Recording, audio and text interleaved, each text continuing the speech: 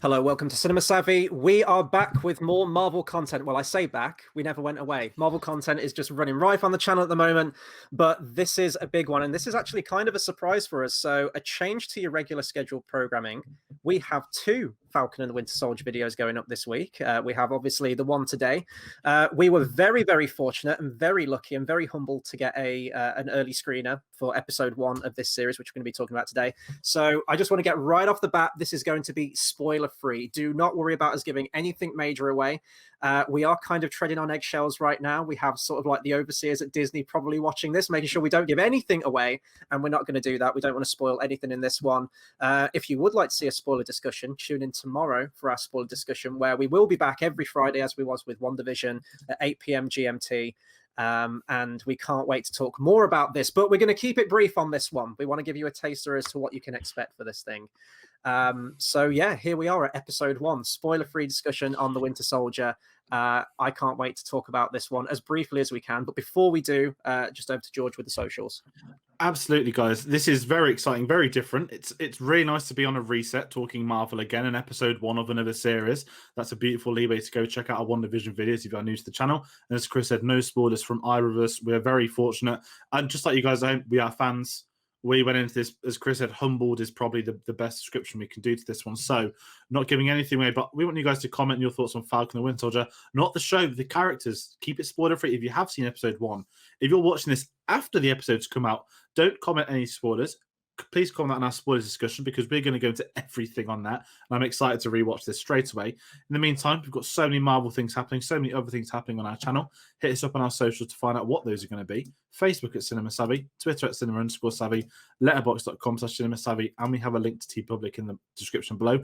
Also, check out, we have a giveaway on our page as well. There's details of that in the description. In this, it's about winning a £15 voucher based on the Oscar predictions. Obviously, we are a film channel. We don't just do TV. We don't just do Marvel.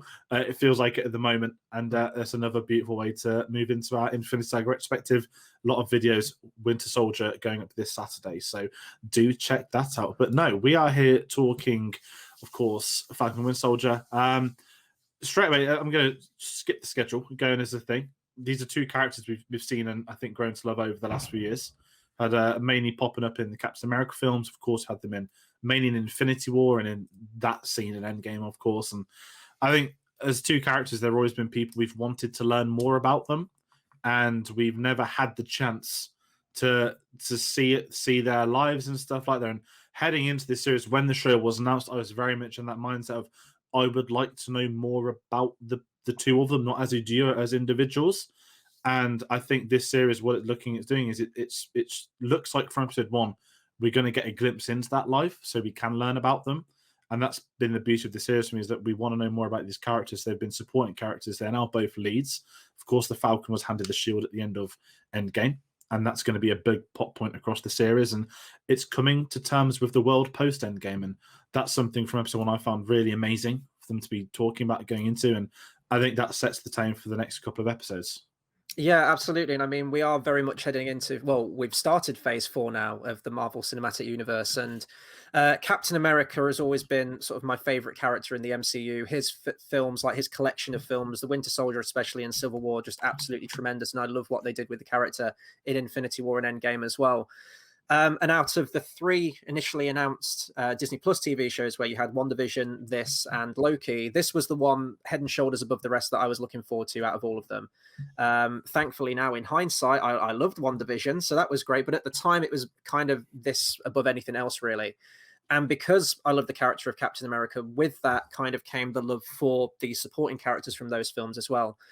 We already learned a lot about the Winter Soldier through the Winter Soldier film and Civil War. So I was interested to see where else can we take these characters? How can we sort of pick up these threads? And even like Falcon, we love the character of Falcon, but we really don't know much about him. So it seemed like there was very much fertile ground to explore. This is a slightly shorter TV series than WandaVision was. This is only 6 episodes. But one thing that I was sort of like immediately hit with, and you're right, like this is picking up from the world post Endgame. We do get some sort of like insights as to sort of the current status quo. And I think as a first episode, I think it was important for it to reacquaint us in this world after the snap, or the blip, whatever they call it, the snap, the blip. I can't remember what they call it, but that was sort of my biggest takeaway. And thankfully, what I can say, and this isn't giving anything away, it's just that quality of the writing that I keep talking about, that maturity, especially around that Captain America sort of cast of characters, that is just being continued with this. And I know we're only one episode in, but I was just absolutely blown away by this first episode and just how deep this series feels like it's going in terms of its writing and exploring these characters. Yeah, and it's the maturity that you speak about, the characters that we know. We don't need formal instructions to them. I think Anthony Mackie is been amazing in these roles, and he has got so much charisma that we want to see more of it. And I'm glad we're going to get hopefully more of that as the series develops. And of course, Sebastian Stan as Bucky too. Like I said, they're Captain America's right hand man. The shield is in the logo above us. It's a cool part of this. It's behind me up there as well.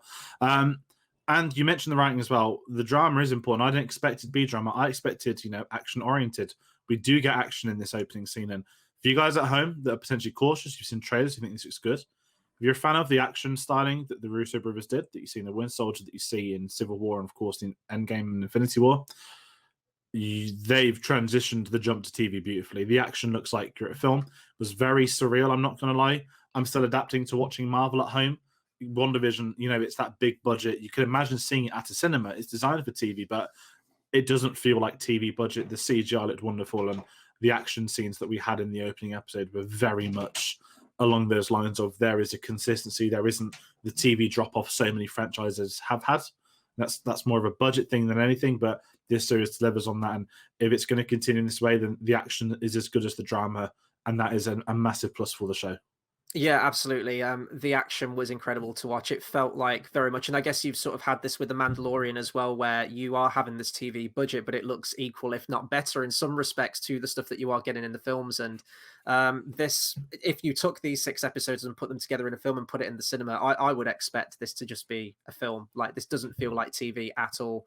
But obviously, with TV, you are going to get this fantastic action. I think they kind of showcase that off tremendously well in this first episode, just what they can do. Probably some of the best action that we've seen involving these characters, I would say. But it's made me very excited as to see, because we've got 6 episodes, we've ultimately kind of got 6 hours of content here with these characters, just how far they can explore these characters. And even just in the 45-minute time frame that this one episode is, they cover so much with these characters and go into so much. So we've got another 5 episodes after this. I can't wait to see where it goes. But and I guess that sort of takes me into the intrigue as well, because inherently, as it is a TV show, it does feel like a film in some respects, the way that it's shot, the cinematography, it's paced very differently to the likes of WandaVision. And WandaVision I really enjoyed, but that did feel like a TV show. Very much it was structured that way, the whole sitcom backdrop. So as a TV show, you need some kind of intrigue in there. You need something that's going to bring you back week to week above just the characters in there. And there are some story threads that are being set up in this first episode. We don't know all that much as a viewer. It's still very much in the backdrop. But there's intrigue surrounding this villainous force, this group that's appearing. We don't know anything beyond that, but I think that that's going to be the intrigue. It's a very different kind of one. I don't know if this is going to be the kind of series like WandaVision where you are going to have these just, articles upon forums of theorizing about what could tie into everything. Maybe we will get to that. So I think it is going to be smaller scale in that respect. But there is something there that is going to be enough to bring people back week to week with this thing, I think. Yeah, definitely. I think when you've got sort of character-driven series, that's what you want from these shows. They're there to delve into this world more. Again, this was originally meant to be the first bit of, I guess I hate using the word content. This was originally meant to be before WandaVision. Obviously, with Corona, there were delays to finishing filming, editing. WandaVision was ready first. They switched it as well. But obviously, we don't know the outcome of this series at all. So we don't know if this is going to look like it could have been set as WandaVision, but WandaVision's so isolated away from the world, either one of these could have probably worked fine as the lead. What I want to say, we mentioned Winter Soldier as well. With the return of Henry Jackman to the score, which is something we both really enjoyed in that first Winter Soldier film. The episode, this one had a better soundtrack than Civil War, and this was 38 minutes against 2.5 hours. Feels very familiar territory. For those of you that did like that soundtrack, one of the best Marvel soundtracks. It's right up there for me.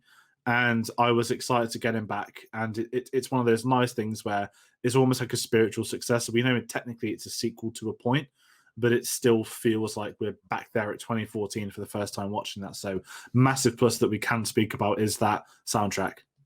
Yeah, absolutely. I think that's a big thing for me as well, knowing that the Russo brothers almost had not complete ownership, but they sort of, Captain America and the characters that came through it, especially Winter Soldier onwards, it was almost like their baby, really, wasn't it? And they kind of nurtured that all the way up until Endgame. So whenever you're struck with a TV series and it's going to be changing hands, new directors, new writers week to week, there might be that initial concern there, like, are these characters going to feel fundamentally different? Is the feel of the show going to feel completely different from what we know these characters to be and to do?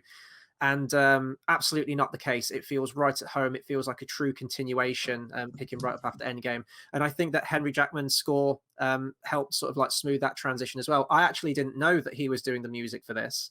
So it is nice to hear certain elements reworked and reprised from previous entries, and it just makes it feel more cohesive. I always talk about the score in Marvel, how they do have themes here and there, but most of the time they drop composers and bring a new composer in. It's nice to have that. It is almost like a layer to the character. It is almost like an extra tangible quality to that character when you have those pieces of music return that you can attach to those people. No, definitely. And what I wanted to mention, you mentioned directors as well. The fact these aren't the Russo brothers, I'll add in Kerry Skogland, apologies on pronunciation of the surname. She's directing the entire series. The direction feels I don't like the fact it's compared to the Russos, but the direction is very good for TV standards. And it's what you mentioned, the consistency. The fact Marvel, they did it with WandaVision. They're giving a whole series to a director. It's going to not feel like there'll be those clashes. She's got a great experience in TV. I think she's not on The Walking Dead. She's been on Punisher, a lot of other stuff. But giving one director the miniseries, absolutely the right thing to do. And I'm excited to see what else that she can do with it. So as far as I'm concerned, episode 1 was a massive success. If you're a fan of Marvel, you made it into this, you're going to absolutely love the episode on Friday. You're going to have a good time with it. Of course, we've not said anything. But, for those Winter Soldier fans, you're already sold on the premise alone yet. For everyone else, if you've got that hint of curiosity, what if it doesn't deliver? This episode delivers. This series looks like it's going to be an absolute blast. And it looks like that we're going to get a personal story of two characters who we've not been able to spend the time with to do that. And that is the purpose of these shows. It's the purpose why they're on Disney+. This episode nailed on it, and I'm very excited for next Friday for episode 2. Yeah, absolutely. You pretty much summed up all my thoughts as well. I was going into any TV show with insane hype is always usually a recipe for disaster, especially if it doesn't deliver. And the hype that I had for this particular show was that high because I adore these characters. And when something can come out and not only meet your expectations, but surpass them as well, and I believe this did surpass it, it can do action. The action's absolutely outstanding in this thing, but it can also do the drama. And me as an old curmudgeon now, that's sort of the stuff that I latch on to the most, is that maturity and that development of the characters. And within one episode, we get so much. It's some of the best stuff in the MCU to me. So I can't wait to see how this TV show unfolds. I am fully on board with Falcon and the Winter Soldier. I like how, can't say too much, but the mantle of Captain America is a core theme to this thing, and I love that that's at the cornerstone of this thing. Yes, it is the Falcon and the Winter Soldier, and the show knows where its characters and its focus needs to be, but there is always that sort of guiding it through, which I think is very important. That's pretty much all we can say, I think, for our spoiler-free review of this thing, but fear not, we will be back tomorrow at 8 p.m. GMT with our spoiler-filled discussion on the Falcon and the Winter Soldier. So as George mentioned at the beginning, let us know what you think of these characters. If you have seen this episode, though, please do keep it spoiler-free on this particular video. Save your spoiler comments until our live stream or comment afterwards on that video, because there's so much we need to dissect and talk about this thing, and we're going to get that chance tomorrow. So that's going to be a really fun video, not just tomorrow, but every single Friday at 8 p.m. GMT. And hopefully we can see as many of you there as possible when you finally get to see this thing. This is being released on March the 19th, so this will be coming out tomorrow morning. Get on it as soon as you can, because spoilers being what they are and social media being what it is, you don't want anything spoiled from this. Are we doing all the other content that we have coming out, George? I think I'm going to pass it to you for this. Yeah, let's roll through. By the time this video goes up, Chris has single-handedly watched both versions of the Justice League in the last day. So check them out, because that's fair play to him. I've somehow avoided both of them, lucky me. So if you're a fan of Snyder Cut or Justice League, do check it out. If you're thinking, why is he talking about DC in front of Marvel? Fear not. We're doing the Infinity Saga retrospective. We're going through all 23 films in the MCU before Phase 4 has happened. At the time of this video coming up, we've just done Thor: The Dark World, and you've already been moaning about that. So let's go to the Winter Soldier coming this Saturday. Every Monday, Wednesday, and Saturday, we'll get it in release date order. We've also got new reviews. We've got, as we said, watch-alongs. We've got so much more coming your way. And, of course, the Oscars, details in our description for the giveaway for that. But if you're a fan of film, you just want to check out some film reviews, film news, discussions. We cover all that channel. So hit that subscribe button if you do enjoy it. And of course, if you're here for the Marvel stuff, we've got set times every Friday. And if there are more chances for us to watch these early, we do like the spoiler-free stuff. If the opportunity comes, we'll also drop the spoiler-free reviews, and we'll keep it spoiler-free because that is a big thing for us.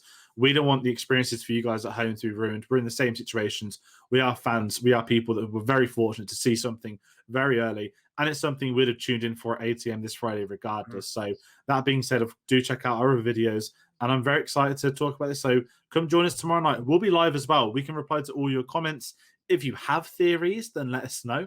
But we want to know what your thoughts are on the episode. So join us tomorrow evening. I want to thank you all for watching at home. We cannot wait to see you then. Take care.